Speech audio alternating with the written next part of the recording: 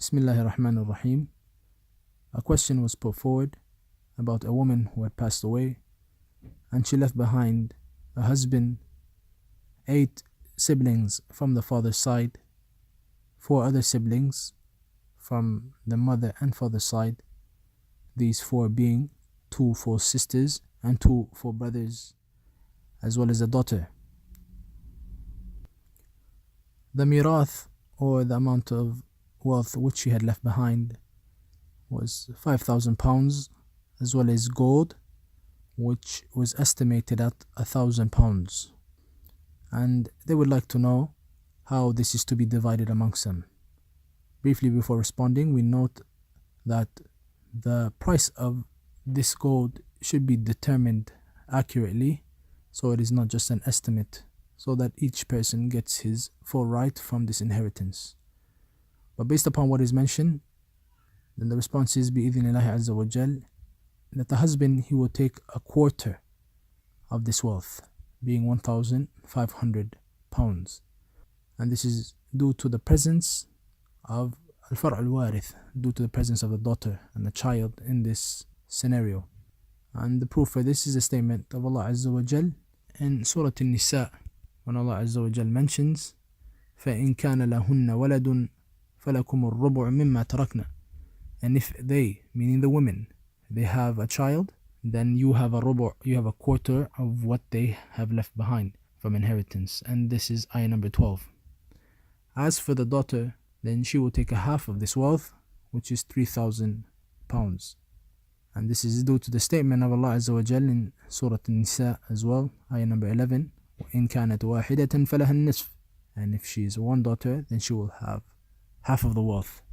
There still remains a portion of 1,500, and there still remains 12 other people whose portion is yet to be clarified.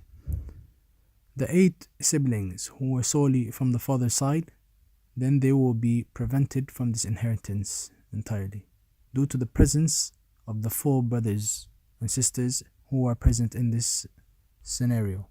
The people of knowledge have mentioned if there are 4 brothers and sisters present, then the brothers and sisters who are only from the father's side, they will be prevented from the irth, from the inheritance.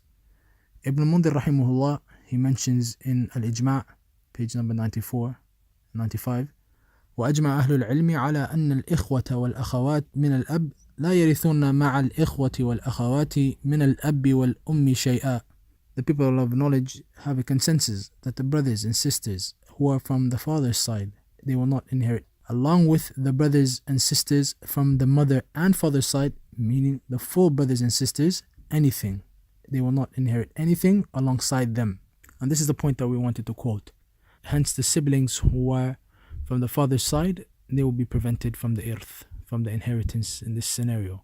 There remains the 4 other siblings who are from the mother and father's side, the 4 brothers and sisters. The wealth which has been left behind, a quarter, which is 1,500, then this portion of wealth, it's going to be divided between them, as Allah has mentioned in Surah An-Nisa, لِلذَّكَرِ مِثْلُ حَدِّ الْأُنْثَيَيْنِ. Ayah number 176 from Surah An-Nisa, Allah he mentions, وَإِن كَانُوا إِخْوَةً رِجَالًا وَنِسَاءً فَلِلذَّكَرِ مِثْلُ حَدِّ الْأُنْثَيَيْنِ. And if they are siblings, males and females, then for the male is a share equivalent to 2 females. So that 1,500 which is left behind will be divided between those 4. لِلذَّكَرِ مِثْلُ حَدِّ الْأُنْثَيَيْنِ. For the male is a share equivalent to 2 females. So that 1,500 will be divided between the 2 brothers at 500 each, and the females, they will take 250 each. And with this, the 6,000 which was mentioned in the question is divided between them upon the Quran and the Sunnah. We ask Allah Azza wa Jal to benefit by what we have mentioned. Walhamdulillahi Rabbil Alameen.